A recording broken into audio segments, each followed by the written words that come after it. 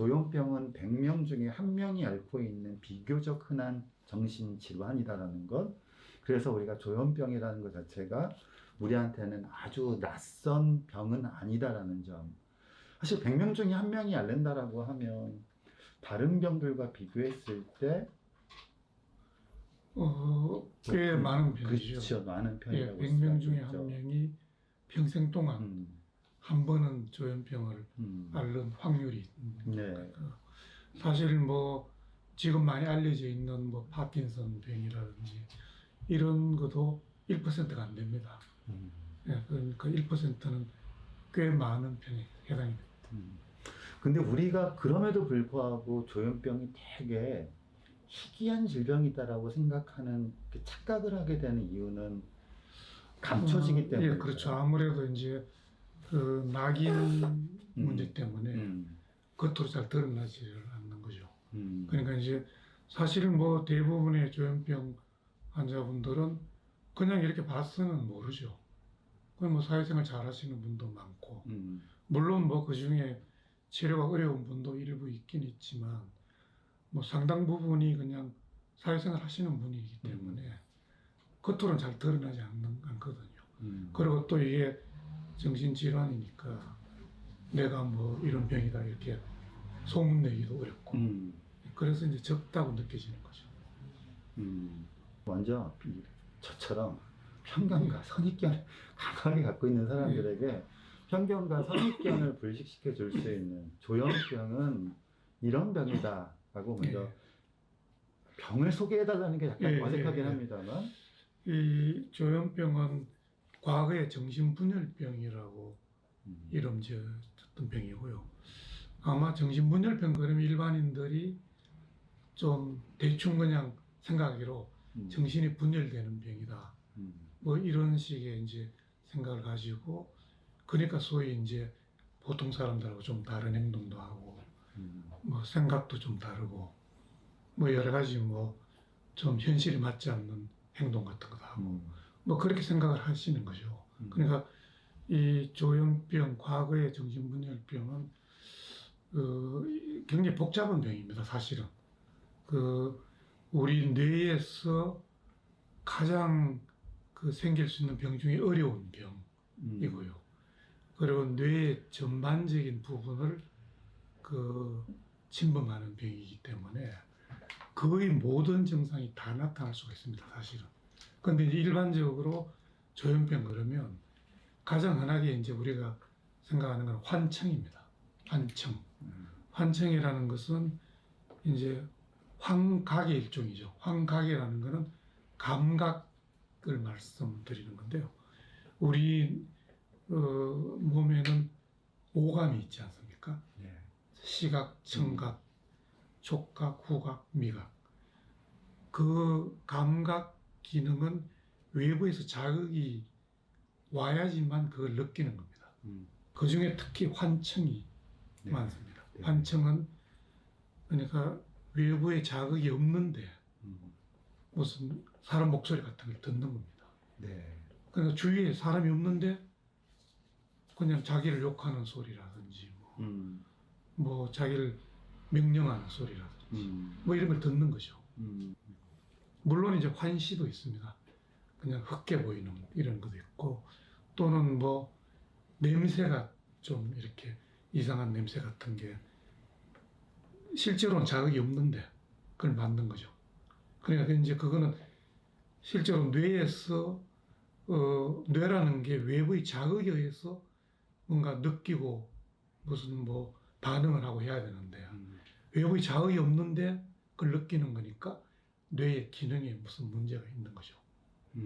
그러니까 그냥 자동적으로 또는 자연적으로 뇌에서 그런 걸 이제 밖에서 자극이 오는 것처럼 느끼는 거예요. 그래서 그게 이제 환각 중에 환청이 가장 많고요. 망상은 잘못된 믿음인 거죠. 그러니까 현실에서는 그렇지 않은데 실제로 본인은 그렇게 믿고 있어요. 그게 또 흔한 거죠. 그 중에 요사이 가장 흔한 게 피해 망상입니다. 그러니까 저 사람이 뇌하고 전혀 관계가 없는 사람인데 마치 관계가 있는 사람인 것처럼 느끼고 또는 그렇지 않더라도 저 사람이 나를 좀 해치려고 하는 거 아닌가. 근데 그게 이제 망상이기 때문에 이런 뭐 설득이나 무슨 뭐 그런 걸로 좋아지는 게 아닙니다. 네. 그런 이제 증상이 두 가지가 좀 크고요. 그 다음에 이제 행동 문제. 현실에 좀 적절한 행동이 아닌 거죠. 실제로 뭐 갑자기 충동적인 행동을 한다든지 또는 슬픈 일인데 막 깔깔깔 웃는다든지. 그러니까 생각과 감정이 이렇게 좀 조화가 안 되는 그런 게 있고요. 그 다음에 이제 뭐 음성 증상이라고 해가지고 지금 말씀드린 거는 일종의 양성 증상입니다. 양성이라는 양성이라는 건 건 겉으로 잘 드러나는. 드러나는. 네. 그러니까 보통 정상적인 사람한테는 없는 음. 증상이 나타나는 게 양성 음. 증상이고 음성 증상은 보통 사람들한테는 어느 정도는 있어야 되는 겁니다. 예를 들면 뭐 감정을 표현한다든지 감정을 느낀다든지 뭐 슬픈 이야기를 하면 좀 슬퍼지잖아요. 네. 근데 그런 감정이 좀 무뎌지는 거죠. 그러니까 슬픈 일이 있는데 별로 슬픈지를 모르는 잘 느끼지 못하고 뭐 그런 것도 있고 그 다음에 말도 좀 줄어들고 네. 우리가 어느 정도는 사회생활 말을 해야 되잖아요. 그렇죠. 근데 말도 줄어들고 그 다음에 뭐 대인관계도 없어지고 뭐 이런 소위 이제 정상적인 사회생활을 하는데 어느 정도 있어야 될 기능들이 없어지는 걸 음성 증상이라고 하는데 그러니까 가족 중에 조현병 환자가 있고 근데 양성 반응이든 음성 반응이든 피해야 되지가 정말 가장 어려운 게 아닐까. 그런 맥락에서 이 책은 굉장히 가족들이 읽으면 이렇게 병에 대한 이해를 좀 높이면서 어떻게 적절하게 행동할 수 있는가, 어떻게 적절하게 행동해야 나도 보호하고 환자도 보호하고 그러니까 가족 구성원 누구도 다 다치지 않는 어떤 행동의 지침, 어떤 반응할 때 표준적으로 참고할 수 있는 것 이런 내용들이 이 책 안에 정말 많이 들어가 있어서 저도 좀 가족이라든 가정을 하고 읽었을 때 이 책이 갖고 있는 효용성은 좀 그런 게 아닐까 예, 싶었고 맞습니다.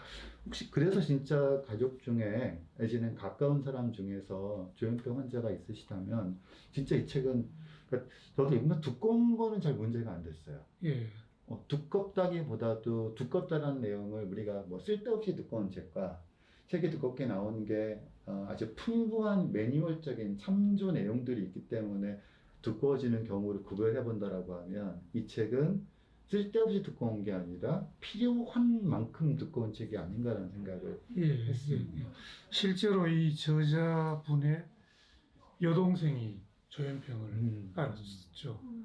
그래서 이제 더 이제 이 현실적으로 좀 와닿기도 하고요. 또 이제 내용이 보면은 그 환자분들의 자기 이야기를 또 작성한 것도 있고 뭐 이런 거기 때문에 상당히 좀 그냥 일종의 지식으로만 이렇게 해놓은 게 아니고 아주 리얼하게 와닿는 그런 게 있기 때문에 꽤 이제 좋아하는 책 그런 구성이 되겠죠. 또 그 사이에 또 의견 주신 분들 계십니다. 질문 하나 주신 분이 계신데요. 혹시 조현병은 유전적 요인과 상관이 있는지 없는지 이 질문해 주신 분이 계십니다. 예, 결론적으로 말씀드리면 유전병은 아닙니다. 유전병이라면은 그 병 자체가 유전이 돼야 되는 게 유전병이죠. 근데 지금까지 알려진 걸로는 유전병은 아닌데 유전적인 관련성은 있어요. 그러니까 아까 제가 말씀드린 것처럼 취약한 거죠. 취약성이 유전적인 성향이 있어요. 그러니까 뇌에 소위 말하는 좀 약한 거죠. 약간 정신이 좀 약한, 뇌의 힘이 좀 약한 그런 게 약간 유전이 되는데 그렇게 유전이 되어서 형성이 된 뇌가 뭐 외부의 스트레스라든지 여러 가지 이런 거가 오면 보통 사람들은 그냥 그때 좀 힘들었다가 다시 또 회복하는데 이런 취약성을 가지고 있는 분들은 그때 병이 생길 수가 있다. 그 시쳇말로 말하는 뭐 멘탈이 약하다 이렇게 뭐 그런 그렇죠. 경우. 쉽게 말씀드리면 그런 거죠. 예, 그래서 그런 취약성은 유전자와 관련이 있는 걸로 지금 연구되어 있거든요. 왜냐하면 정신이 강한 사람이 뇌도 아마 튼튼할 거예요. 그리고 뇌의 그 피질 두께가 두꺼울 거예요. 우리가 운동을 하면 네. 뇌 피질이 두꺼워져요. 그 두꺼워지는 게 정신 건강이 높아지는 거예요. 그래 운동을 하면 근육에 힘이 생기는 것처럼 똑같이 운동과 관련되어 있는 뇌 부위가 자극이 되고 자극이 됨으로써 피질이 두꺼워지는 거예요. 치매 예방에 운동만큼 좋은 게 없잖아요.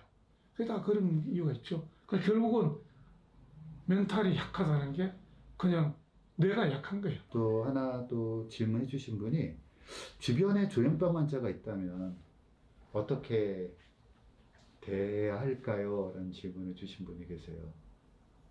그러니까 이제 그 일률적으로 말씀드리긴 어렵습니다. 조현병이라고 해도 그게 각 단계별로 뭐 여러 가지 환경에 따라 상황에 따라서 달라지기 때문에 일률적으로 그걸 뭐 이렇게 해야 된다 저렇게 해야 된다는 건 있을 수가 없고요.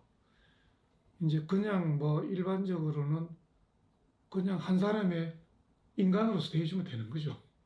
뭐 이게 뭐 병을 가지고 있는 사람이니까 어떻게 해야 된다 이런 건 아닌 게 첫 번째 가장 기본적인 거죠. 우리가 고혈압을 가지고 있다, 당뇨가 있다 그러면 당뇨를 가지고 있으니까 이 사람을 이렇게 대한다 그렇지 않잖아요. 네. 똑같은 거죠. 이게 뇌에 문제가 있어서 정신적인 현상을 나타나는 거죠. 뇌에 문제가 있으니까. 예를 들면 뭐 간에 문제가 있으면 그 간의 증상을 나타낼 거 아니에요. 똑같은 거죠. 근데 단지 뇌는 정신이나 마음 이런 걸 관장하는 데니까 당연히 거기에 증상이 나오는 거죠. 그래서 일단은 뭐 똑같다고 생각을 하고 대해주시면 되고 그 다음에 이제 한 가지 가족들 뭐 특히 주위에 좀 뭐 친한 사람들은 그 사람들이 느끼는 그러니까 증상을 가지고 뭐 병을 가지고 이렇게 느끼는 좀 고통이나 힘들고 어려움 이런 거를 좀 이렇게 받아주고 공감해주는 그런 태도가 상당히 중요해요. 그러니까 이거를 뭐 자꾸 이렇게 설사하게 지금 치료를 안 하고 있어서 뭐 망상적인 이야기를 한다고 해도 그걸 자꾸 이렇게 막 옳고 그름을 따지려고 하면 그건 좋지 않아요. 자꾸 이제 망상을 자극하기 때문에 오히려 그래서 그냥 있는 그대로 그냥 받아주시고 마지막으로 물론 이제 늘 병원에서 환자분들 만나시면서 늘 하시는 말씀이 있으시겠습니다만 조현병 환자들 그리고 가족들한테 꼭 당부하고 싶은 거 있으면 마지막으로 부탁드릴게요.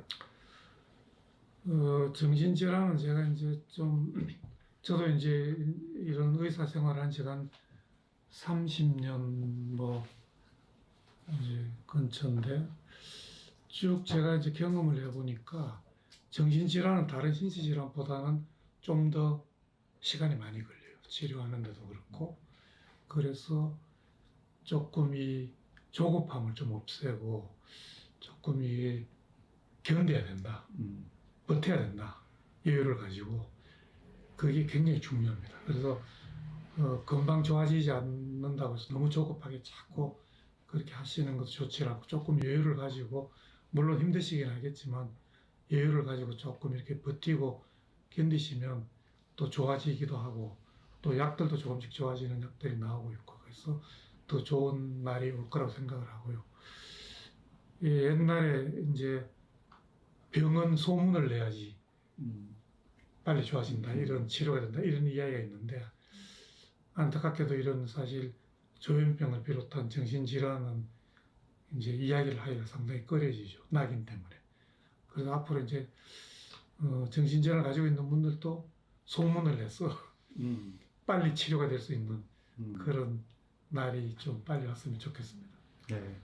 그래서 뭐 저희가 일종의 뭐 사건으로만 듣는 조현병 단어가 아니라 좀 일상에서도 많이 이야기하는 그리고 본인이 조현병 환자가 아니고 가족의 조현병 환자가 없다 하더라도 조현병이 무엇인지에 관해서 아는 사회적인 상식이 좀 두터워지게 되면 그게 이제 조현병의 낙인들이 사라지는 어떤 하나의 방법이지 않을까 싶습니다.